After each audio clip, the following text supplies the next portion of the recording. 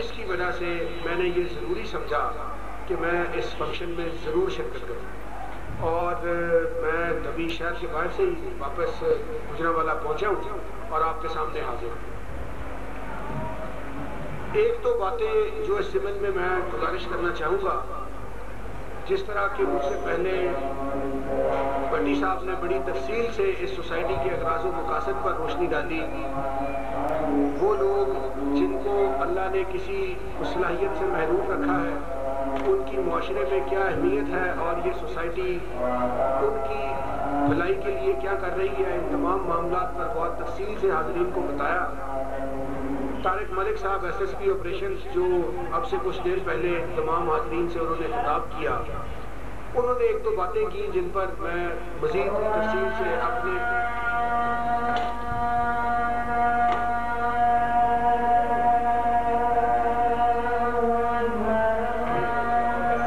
نقطے کی طرف اشارہ کیا،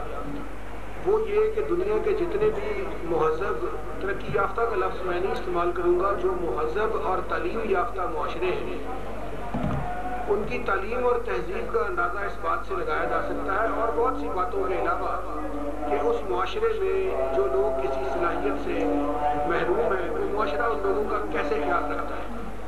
ہم باہر جائیں، کتابوں میں پڑھیں، خود جا کر دیکھیں، ٹیلی ویژن پر دیکھیں،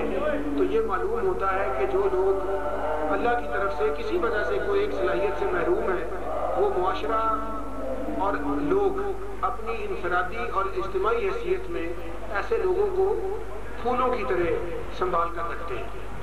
جبکہ ہمارے معاشرے میں بہت ساری وجوہات کی بنا پر صورتحال اس سے مختلف ہے، جو کہ میں سمجھتا ہوں بہت افسوسناک ہے۔ جو ان لوگوں کا ہمارے معاشرے میں سلوک ہوتا ہے ان لوگوں کے ساتھ، وہ ہمارے معاشرے کی بد تہذیبی اور جہالت کی علامت ہے۔ حکومت کے سلسلے میں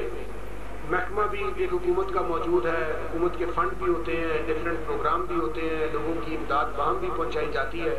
لیکن بہت سارے اور معاملات کی طرح اس معاملے میں بھی امداد کم ہے یا فنڈ کم ہے اور ضرورت زیادہ ہے۔ شیلٹر ویلفیئر سوسائٹی جیسی تنظیمیں اور ادارے جو اس گیپ کو پورا کرنے میں حکومت کی، لوگوں کی اور پورے معاشرے کی مدد کرتے ہیں، میں سمجھتا ہوں کہ یہ ٹھنڈی ہوا کے جھونکے کی طرح ہے۔ یہ وہ ادارے ہیں جن کی موجودگی سے ہمیں کو اپنے معاشرے میں تہذیب کا اور ترقی کا اور تعلیم کا احساس ہوتا ہے۔ اس سلسلے میں جو آپ کی اس ویلفیئر سوسائٹی کی خدمات ماضی میں رہی ہیں، میں بٹی صاحب اس پہ آپ کو تہہ دل سے مبارکباد پیش کرتا ہوں اور خراج تحسین پیش کرتا ہوں، اور امید کرتا ہوں اور دعا کرتا ہوں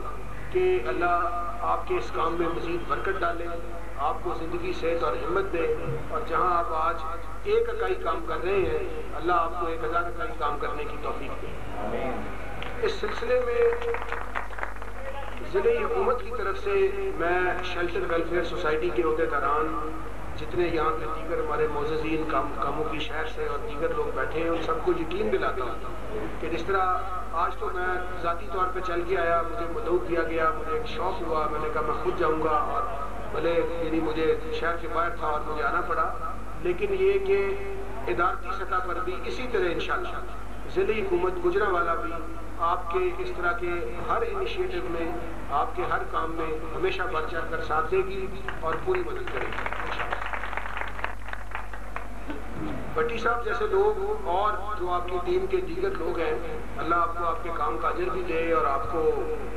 مزید کام کرنے کی ہمت بھی دے۔ ان کی خدمت میں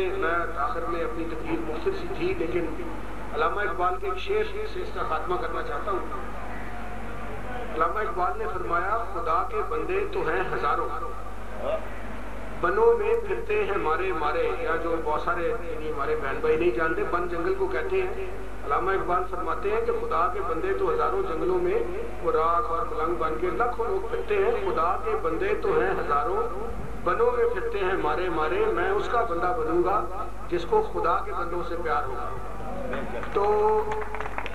بٹی صاحب اور ان کی ٹیم کے باقی سب لوگ یقیناً ایسے ہی لوگ ہیں، اللہ آپ کے کام میں مزید آپ کو ترقی دے، اور آپ کے ہر قدم پہ میں آپ کو یقین دلاتا ہوں کہ میں اپنی ذاتی حیثیت میں